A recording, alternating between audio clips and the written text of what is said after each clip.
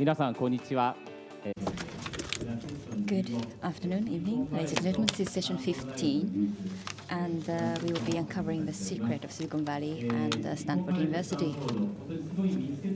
They have very close relationship, of course. And the three panelists we have invited here today all graduated from Stanford University and still teach at Stanford. And they're really excellent panelists to have. And today we would like to try to not just marvel at how wonderful Silicon Valley and Stanford universities are, but we want to find some positive message in this whole discussion. And hopefully this session will encourage everyone to move forward. Now I would like to introduce the panelists to you. First of all, we have Miura-Ko.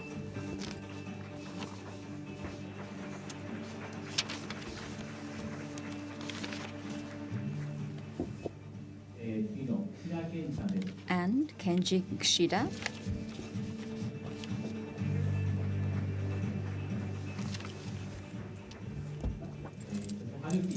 And Singh.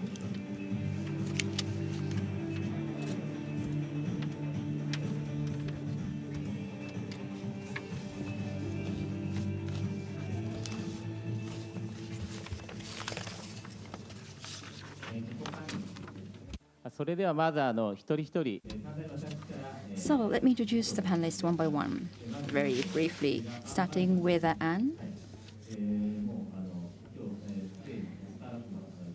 Well, during the startup session, she was already up on the stage. She looks young, but she's actually probably the most successful general partner out there. So, PhD from Stanford, working in Silicon Valley, and the first investor to Lyft as well. Amazing achievement. And probably the most powerful woman in startup, I would say. Really great to have you. And I understand you have also 3 children, 8-year-old daughter and 5- and 3-year-old sons. And that makes you actually really the most powerful woman. Moving on to Kenji Kushida. He grew up in Tokyo, in Japan actually, up to high school, and then moved on to Stanford, and then UC Berkeley. That's where he obtained a PhD. And now he's already teaching at Stanford University. And also, New Japan Project, Silicon Valley New Japan Project leader. You were the project leader at the time. And really looking forward to your interesting stories there. And then we have Singh. And I want to ask Mr. Singh to speak from the Indian perspective, but IIT is actually the most difficult university to enter in the world. And he graduated from there, and he also obtained an MBA from Stanford. He actually teaches there. He's also an investor. And for the Eric Schmidt Fund, he's now serving as a partner. That means that you have also invested into Uber. So really excellent panelists, I think. So, Anne, let's start with you. About it. Okay. Yeah, okay. Thanks for coming. Thank you for having me. Yeah, actually I live in Palo Alto, and I'm always surprised and impressed with so many startups. Like every year, you said like 3,000 or 4,000 maybe are founded every year? Yeah, throughout the entire country, there's probably somewhere between 10 and 30,000. But we believe that just in Silicon Valley alone, there's a few thousand that are formed in any given year, and they actually receive funding in that year. At the Stanford StartX Accelerator alone, there are roughly 200 to 400 applicants for every session. Oh. And so that gives you, these are all companies that have some sort of Stanford affiliation. And last year, there were over, I think, $20 billion in financing that went into companies in Silicon Valley. Why have so many startups come from Silicon Valley? Well, I think there's a lot of historical roots that the other panelists are also aware of, but I think that in general, there's just an environment which really fosters new startups, not only in the university system, both at Stanford, UC Berkeley. There's a lot of courses that are offered there. At Stanford alone, I would imagine, I think there's about 30 courses that are offered not only in the business school, but actually throughout the university. I actually teach entrepreneurship courses only in the engineering school. And so the availability of information and opportunity is just countless. They are enjoying. That's, I think, the biggest difference. I think I saw it in from Japan. Yeah. Okay. Thanks. Kushida-san, you rather speak はい。 Japanese. じゃあ日本語で失礼します。日本語でしたね。 Okay, so you're going to speak in Japanese.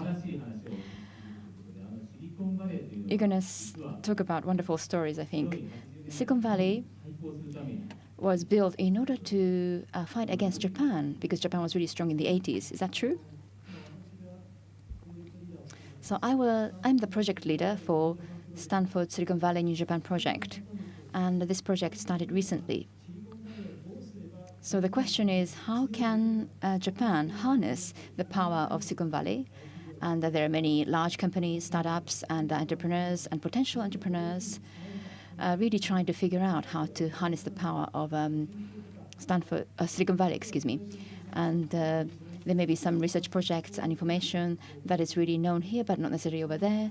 We're trying to disseminate that information. And what's really important is, for example, the average age of entrepreneur is actually 40.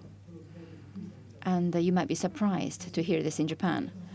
And the meaning of university startups changes, and encouraging students also has some other significance from what you may have believed before. We need to have a positive view on this. So Silicon Valley originally is not a far remote place. That's what we want to tell. Our message is that Silicon Valley is really actually close to you and something that you can really relate to. So these disruptive innovations from Silicon Valley may be the black ship that tries to open Japan, but you can actually go to the shipyard and see how the ship is built. In other words, Silicon Valley is really open. Large enterprise ecosystem and startup ecosystem, they both exist in harmony. So people leave large enterprise or university and go to startups, and sometimes startups are acquired and taken into the large enterprise. So it's an open ecosystem. Looking at the history, what happened is, as you mentioned, Japan had a major influence in the 70s and 80s after the oil crisis. Japanese manufacturing industry really grew strong, and manufacturing industry was strong, export grew, and American enterprises really suffered. American enterprises are similar to Japanese enterprises. So internal R&D, lifetime employment, vertical integration, so on and so forth. But because they lost against Japanese manufacturing, they decided to adjust themselves, focus on design, focus on high value, and outsource manufacturing. That's what they did in the United States. So many U.S. large enterprises try to mimic Japan, and that's how open innovation really started. So they tried to beat Japan, and those companies who could not adjust and shift to open innovation did not survive. So the survivors are the ones that managed to adjust to the threat of Japan, and that helped build the Silicon Valley ecosystem. So now we know this background. How can we utilize Silicon Valley in Japan? Up until now, we were thinking we were basically a threat, and they tried to adjust to us. So I think this is a very positive take on the history of Silicon Valley. So Silicon Valley was created because Japan was really strong. So we need to build Japan again to make it stronger. So startups come from Silicon Valley? I think it's really a flywheel that's been created. You obviously have very good engineers, you have great universities, you have great supply of capital, and the best of the world, really flock to Silicon Valley. So when all that comes together, along with cultural things like entrepreneurs are very willing to support young founders, failure is okay. I think that creates a very unique environment, and that contributes to what Anne was saying. Also, there are tremendous number of people from India.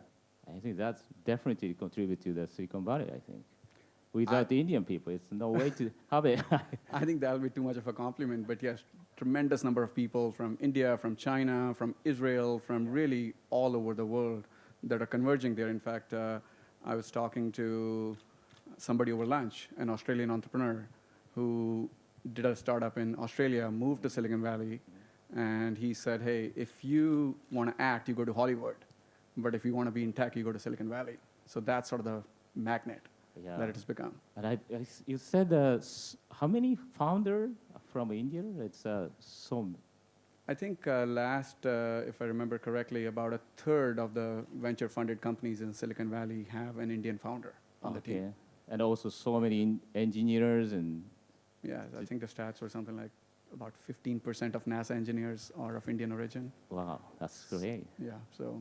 And also Indian people, after they learned a lot from Silicon Valley, just bring back to India. There's huge circulation between Japan and between the US and India. Yeah, that's been a pretty unique, I think, source of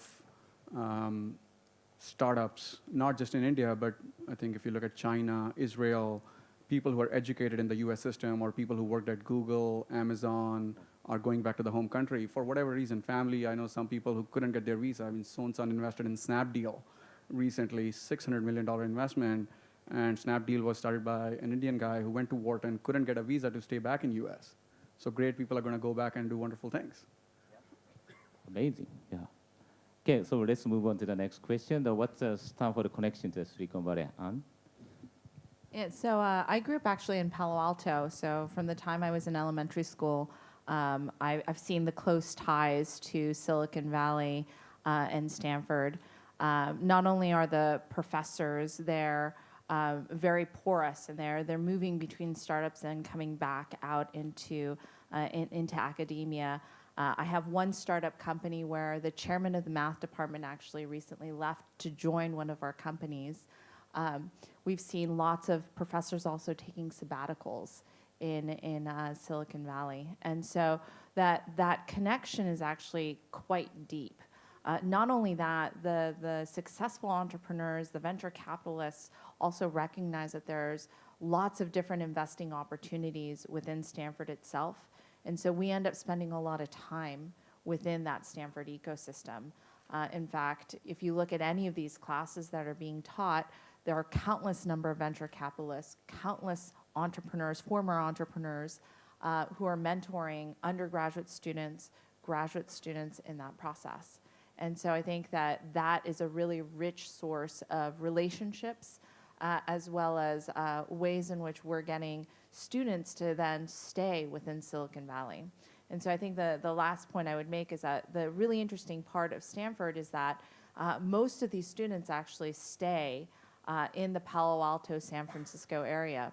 And if you look at actually Japan and you try to take those lessons learned from Silicon Valley, one of the things that I think is a real opportunity is that here in Tokyo, you have great education systems tied back to the city itself, and the students tend to stay in this area. And so if you can have that kind of ecosystem, that's one of the keys to success for Silicon Valley, and you have that here in Tokyo. And so I think that gives us signs of hope as well. Yeah, in Japan, it's all over from Japan, to Tokyo. Yeah, only difference between all over the world or all over Japan. Yeah, I didn't realize that. Yes, thanks for that. Yeah. If I can add to that, one of the things that's perhaps overstated. In fact, even the title of the panel says Stanford University as a cradle of innovation. Mm-hmm. I think it's important to realize it's not a one-way street. Mm-hmm. I think Stanford has shaped Silicon Valley as much as Silicon Valley has shaped Stanford. Mm-hmm. Stanford has been very responsive to industry partnerships and learning what's happening in the industry. So that's huge. And I was staggered by some of the numbers. I saw some of the numbers that Stanford published recently. There's 40,000 companies that have roots in Stanford. And they employ something like 5.4 million people, and the annual revenues are $2.7 trillion. $2.7 trillion. And Huge. it's said that if these companies were a country, they would be the 10th largest country in the world. Wow, yeah. So that's the type of the impact. But again, it's more of a two-way street there. 3 apples, right? The size is. 3 apples. Yeah. Yeah, that's a good way to think about it. Kenji, That's a new metric, yeah. your size of an apple.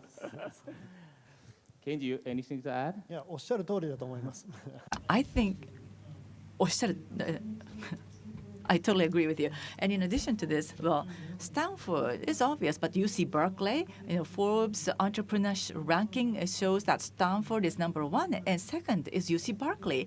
But of course, it's a public university, so they don't do a lot of advertising. That's why they're not as obvious. So we're supported by these 2 major universities, so we have a circulation of talent. Also, we have very diverse relationships.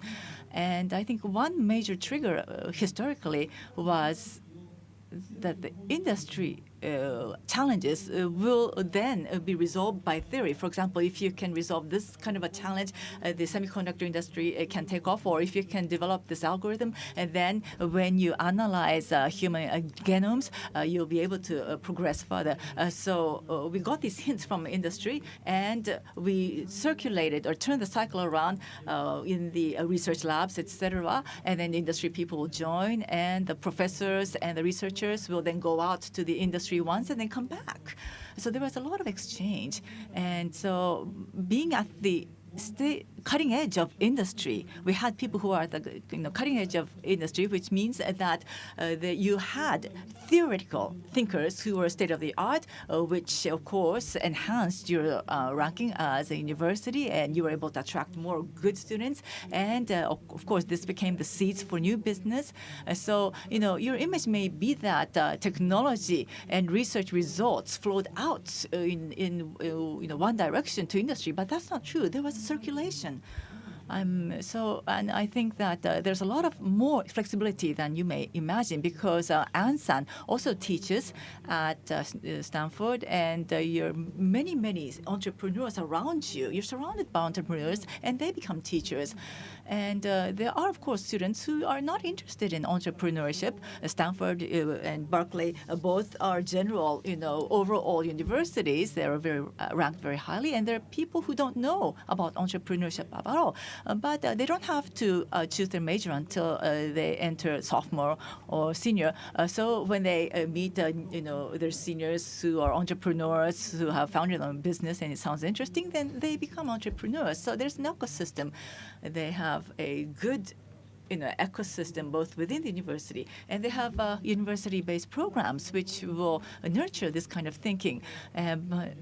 So of course, there are relations with Japan too, because there are Japanese companies who can participate in those laboratory activities at Stanford. So how to harness the powers of Stanford and Silicon Valley, I think, is one area you should focus in going forward.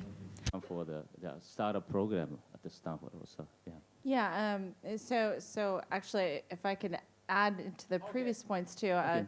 I'll answer that as well. So at Stanford, as I mentioned before, we have about 30 or so classes that are offered across multiple departments.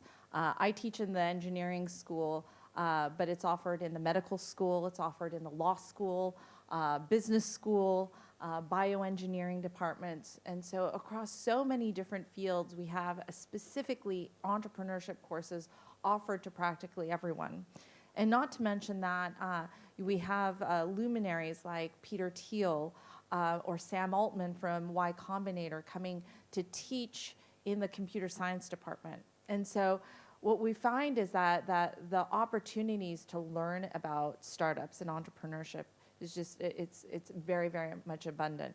But the second point that I wanted to make was that Stanford's actually quite loose when it comes to rules. And so to give you 2 examples of that, when I started investing in Lyft, in the very early days, it was, I don't even remember how many people there were. There were maybe less than 10 people, and they were working out of this house in Palo Alto. And Logan, the CEO, his his girlfriend at the time, who became his wife, was at law school at Stanford. And we didn't have a boardroom where we could have a conference. And so we needed to run a board meeting. And so instead of finding an office, we would actually sneak into the law school dorms and have our board meetings in some of the common room areas there, because none of us had enough resources. And Stanford was okay with that. You know, maybe they didn't even know, but they were okay with that. Big enough or very small? Yeah, I mean, it was Logan, me, and John, and then one of the other seed investors. And just the four of us would gather, and we would have our official board meeting in the common room of the law school dorm. But the second story I would offer you is another example, but very different example of flexibility on the part of Stanford was, for me personally. So I co-founded FLOODGATE as a venture capital firm in 2008. And at the time, I was going through my PhD program, and I hadn't finished yet. And if you can imagine, in the third year of my PhD program, I actually had my first child. And it was in the fifth year of my PhD program that then I went to my advisor and I said, you know, I know I've had this one child, but I'm about to have another sort of child, in the sense that I'm actually going to co-found a startup venture capital firm. And in most instances, I would have been extraordinarily nervous to tell a PhD advisor that I was about to start a company before I'd finished my PhD. And true to form, he was extraordinarily supportive, and he was, in fact, very excited for me. And his attitude was, how do I help you finish your PhD? And you know, to finish off that story, not only did he help me finish my PhD, I ended up pregnant with my second child as I was starting up FLOODGATE. And so 6 months into starting FLOODGATE, I'm pregnant with my second child, and he and I are trying to strategize how and when I'm going to defend my PhD thesis. And so 6 weeks after my second child was born, I did my PhD defense. And this wasn't seen as completely unusual. You know, I think it was a little bit strange, but it was not completely unusual and out of the ordinary for Stanford. And for them to be so accepting of that and allow me to finish the PhD on the side, I thought was very indicative of how supportive they are of entrepreneurs. And Amazing. And I think that's the kind of thing, actually, that there were no rules written at Stanford. The professors just made it happen. Amazing, yeah. Thank you for that story, yes. And then third question, what the Stanford program, I mean, startup program at Stanford and... Yeah, so the specific programs that we have, not only are there the classes that we have also these programs called the Mayfield Fellows Program. Now there's the Excel program, there's the DFJ program. But the most important one, the very first one that was formed, was called the Mayfield Fellows Program, which is 12 undergraduate students that's selected from about 150 students. And we train them through 9 months of programs in terms of understanding how to run a business. And then they have 3 months of working in an actual internship at a startup. And then they have another 3 months where they actually teach one another.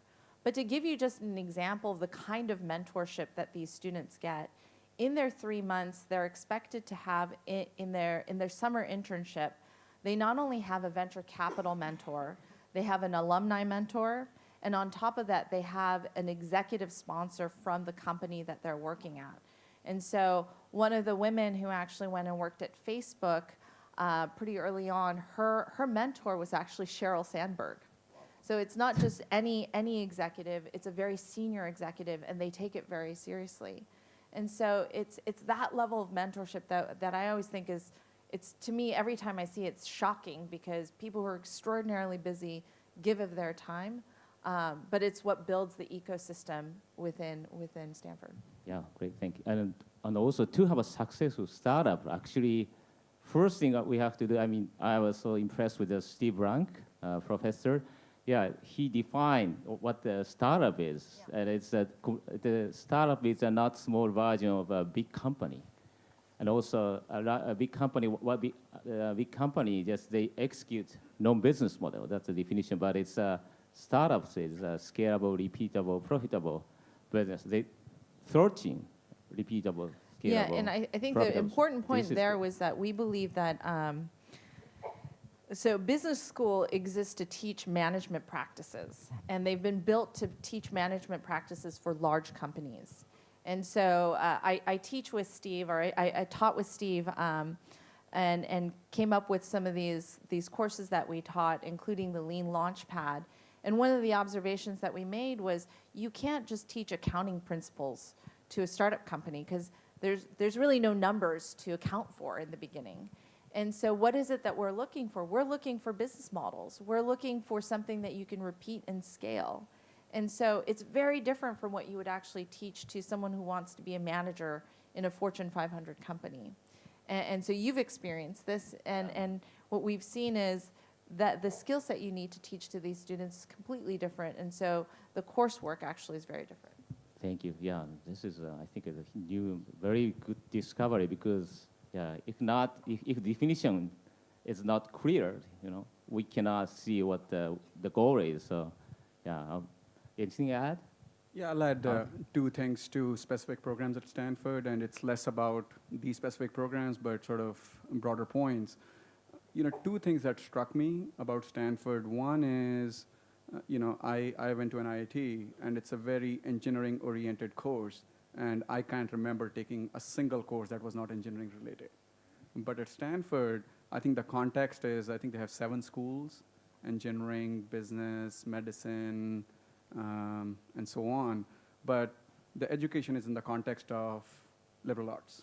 Mm-hmm. And they really promote cross-disciplinary work. In fact, one of the most radical things happening at Stanford right now is President Hennessy, he is harmonizing the teaching schedules. Mm-hmm. So to give you an example, when I was teaching in winter, the business school classes are 105 minutes.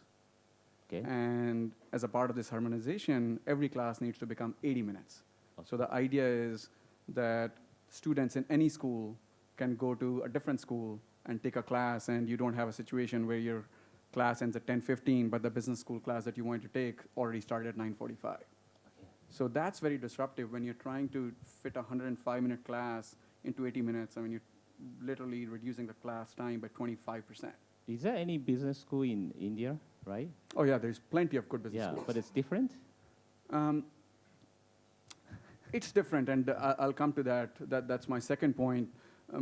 But really, the emphasis on letting the lawyers, the engineers, the business school students all sit side by side in the same class is tremendous, and you will see that a lot of founding teams meet that way. Okay. So that's one. The second thing that really is unique about Stanford is the whole, I think Ann talked about, they pair practitioners with professors.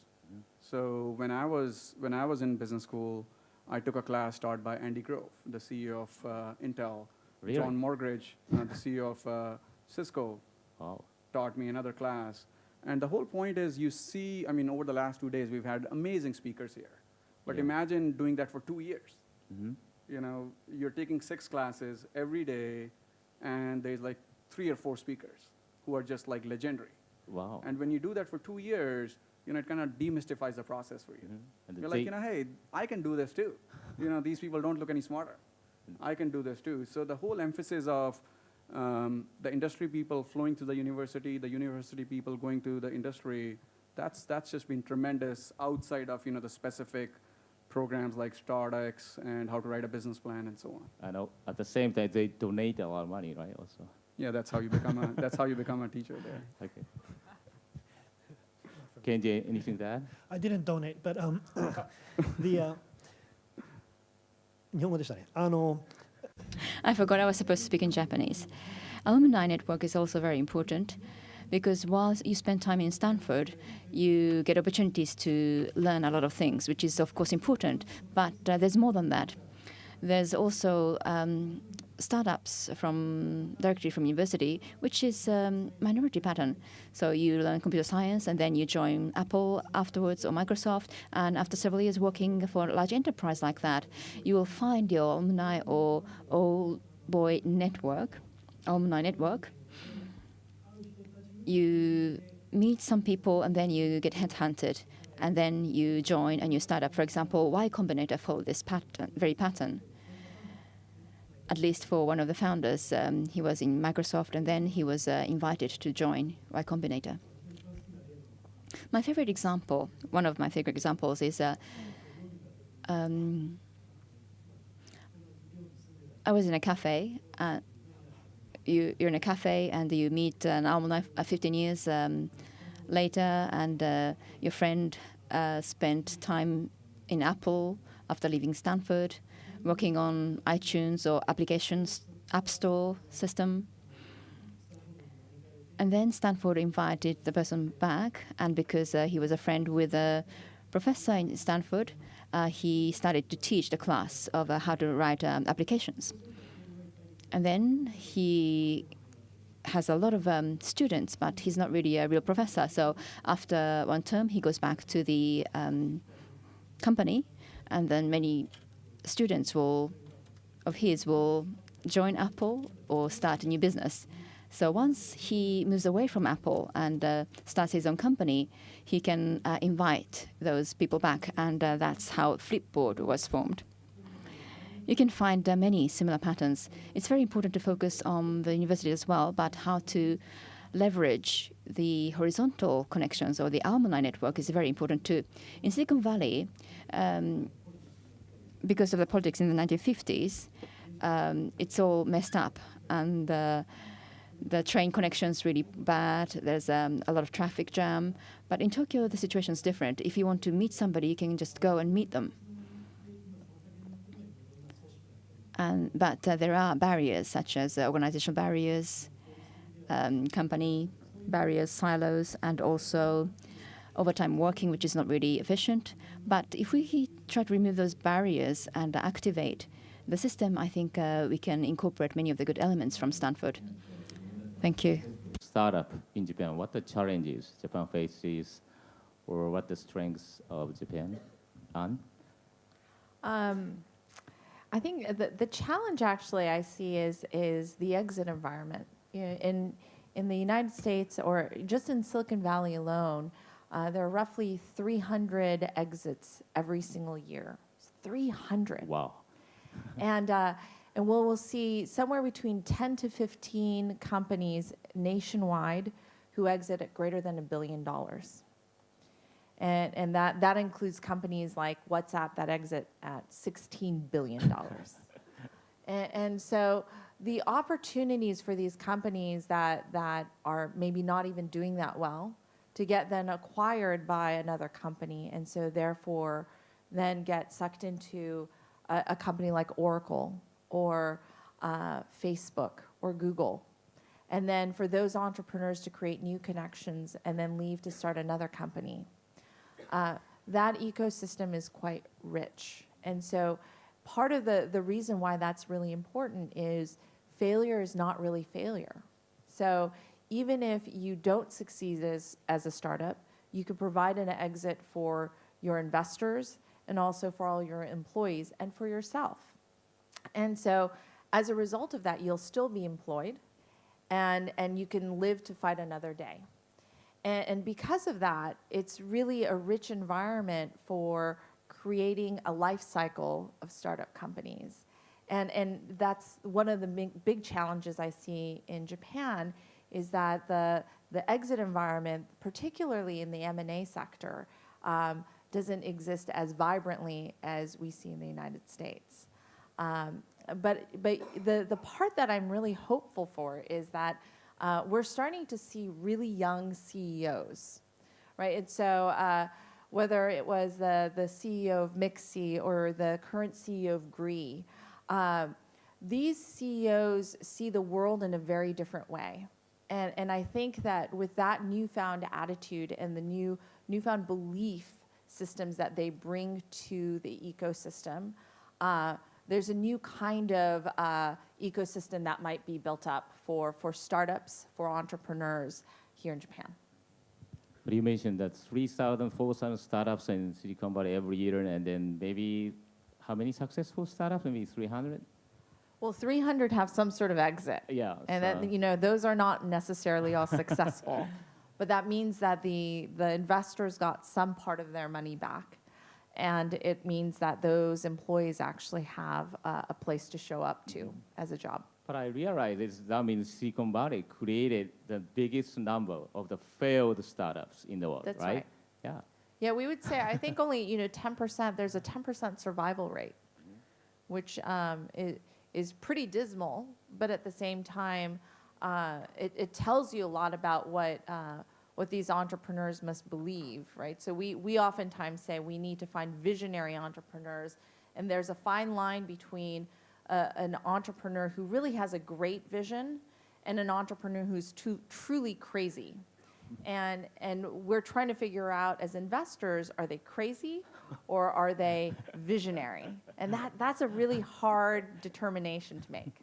Okay. Thank you. So anything else, Harpy?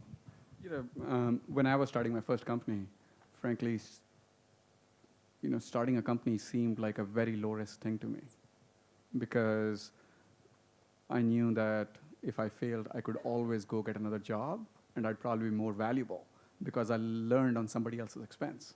So I could go to another VC and get money because, okay, now I'm not going to repeat the same mistakes. I could get another job. Or if nothing worked out, at least I would have learned something out of it. So that was tremendous. I mean, in terms of Japan and optimism and sort of thoughts on that, I mean, the strengths are obvious, right? I mean, there's a ready-made market. I mean, Japan is the third largest economy. The internet and wireless infrastructure here is amazing. The university system here is amazing. What's transformed in the last 3 to 4 years, in my opinion, is the U.S. companies used to come here to sell. Now Asian companies are going to U.S. to acquire and invest, right? We got acquired by Rakuten.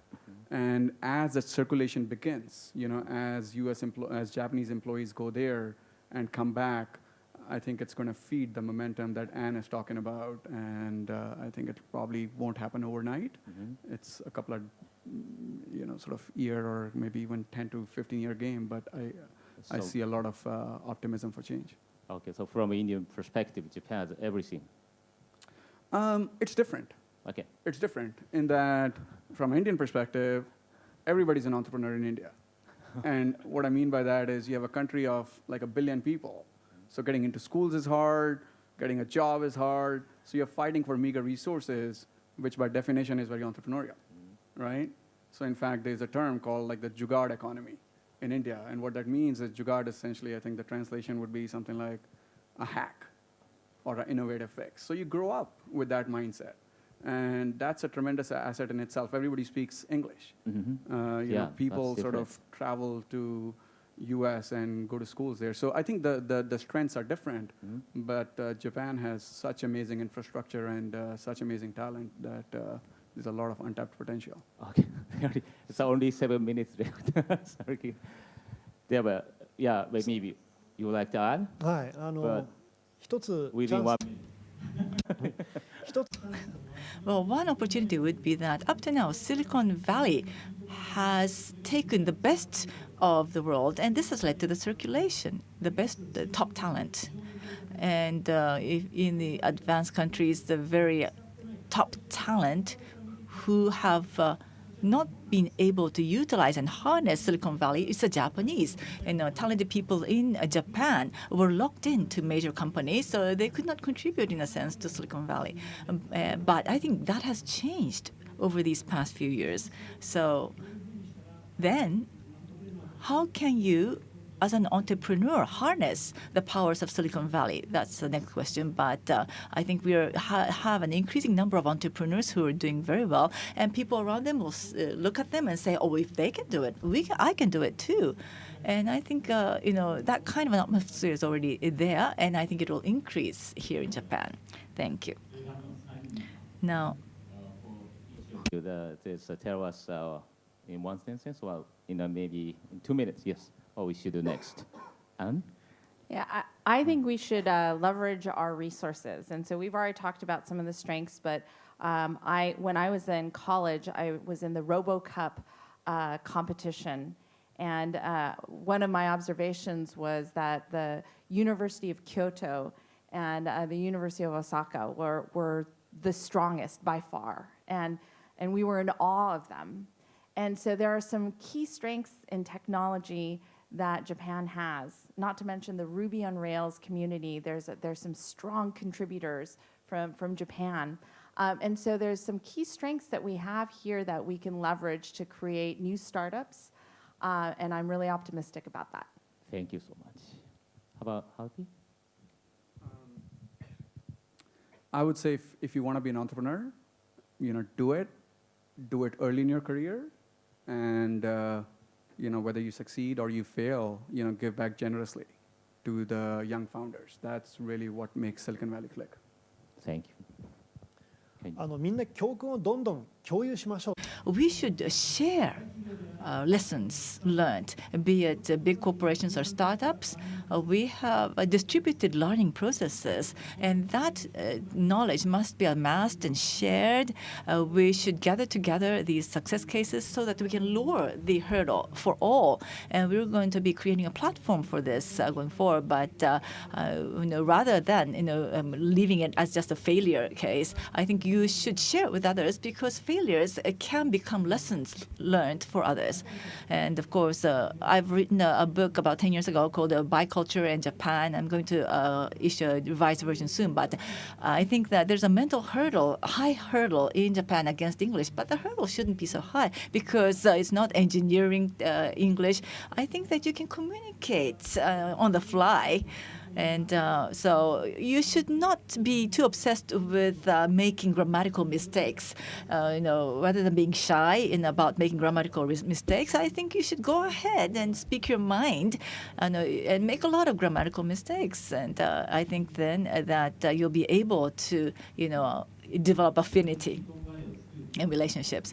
So rather than developing a Silicon Valley here, I think your message is utilize and harness Silicon Valley. Yes. Thank you. Well, I live in Silicon Valley, and in the past 2 years, I have made 50 round trips between San Francisco and Japan. And Evernote, Dropbox, their offices, I visited at least 30 times. And every day, I experience the transformation, the changes, and I get a lot of inspiration every day. And in preparing for this session, I did a lot of interviews, and I learned many encouraging stories. For example, in Japan, we're not doing nothing, because I visited Tokyo University twice this time, and I learned that inside the university, there are already 25 startup companies, and they have incubator programs at Tokyo University, and 8 companies have been listed, have IPO'd in the past 5 years. So they're really working hard. And when I said this at Stanford, they said, well, in Japan, you don't have angel investors, they said, but UTech, which is a Tokyo University venture capital. I talked with the CEO of UTech, and they said, well, there's so many angels, you can't find places to invest in anymore. So Japan is changing. We've already incorporated all of the strengths of good things about Stanford, and I was really impressed. I felt a big future in Japan. Also, Anne said this earlier, I think, but Silicon Valley is the valley with the highest number of failed startups. And because of the number of failures, they could spawn Google and Facebook. Because of these failures, people don't mind failures. Even if you failed and tell somebody you failed in a business, you can take the next step. And venture capitalists don't try to bail you out. They will just let you fail. And I think that what's most important is the difference in the mental attitude, because people at Silicon Valley are so positive. And this positive mind, I think, is what's making Silicon Valley what it is today. And when I was at Tokyo University, I learned a lot of positive stories. And so I felt that Japan will become stronger. And of course, if Japan was the driver, the motivation for creating Silicon Valley, then I think that Silicon Valley will be able to go back to Silicon Valley with renewed strength. Thank you.